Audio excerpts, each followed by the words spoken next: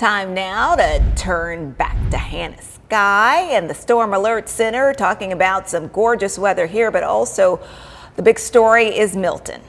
Hey there, Latrice. Yes, just wanted to update you guys really quick about what's going on with Milton. So Milton, of course, is still in the Gulf of Mexico. It's impacting parts of the Yucatan Peninsula, and it is now a Category 4 hurricane, but is expected to possibly go through some eye wall replacement, which could again make it into a Category 5. But overall, well, this updated graphic is showing Category 4, but still Category 3 as it makes landfall in the Florida Peninsula. It's going to stay a hurricane the entire time that it tracks over Florida. So it's not just our areas of initial impact, but the entire state of Florida, excuse me, not the entire state, but the swath of where Milton is going to track ahead is going to be impacted with hurricane conditions until it moves its way back out into the Atlantic. So we're expecting those storm surges. Now it's up to about, I believe, 15 feet for the areas such as Bradenton, Tampa, Sarasota, and that continues to work its way down as we go farther south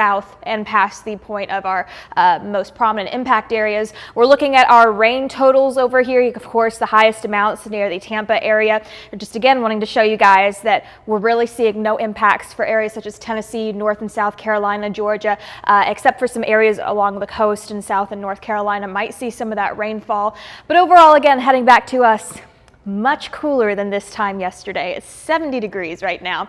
It does feel a little bit warmer, but overall we have a light breeze. We have a little bit of high scale on that mold pollen though, and air quality are looking good for today, with winds gusting at about 15 miles per hour here in Chattanooga, all around the board, just staying a little bit higher. So definitely going to feel a little bit chilly just due to the lower dew points, the lower temperatures. In fact, we got a little bit of a breeze. So over the next couple of hours, we'll peak around 77 degrees and then kind of dip down into the upper 50s by the time we hit into nightfall. Heading into the rest of today, we're looking at a high again around 77, 78 degrees. High temperature in Dayton, 77, 79 in Calhoun, 80 in Scottsboro, moving over to Cleveland, 76, and then the Blue Ridge Mountains and Murphy both sitting at about 77 degrees as your high for this afternoon. Now, over the next 7 days, we're going to stay very, very close, if not hitting the average. So we're going to see those normal October type of temperatures. Again, here's a map showing you we're staying below the average, and we are going to stay a lot cooler than we have over the last couple of weeks. Let's see here.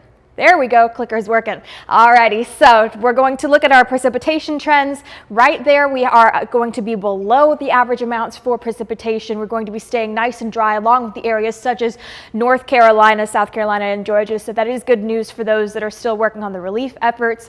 Now taking a look at the Muggy meter.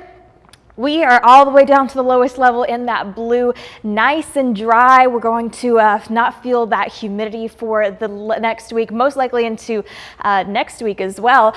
Again, your high today is going to hit 78 degrees, mostly sunny. It's going to be a very comfortable day today. Might need to bring a little bit of a sweater with you. And then taking a look at your 7-day forecast, we see that trend continue all the way into this week, maybe even seeing some lows down into the 40s as we get closer to this weekend. And then another cold front comes in next Monday, lowering our temperatures even more.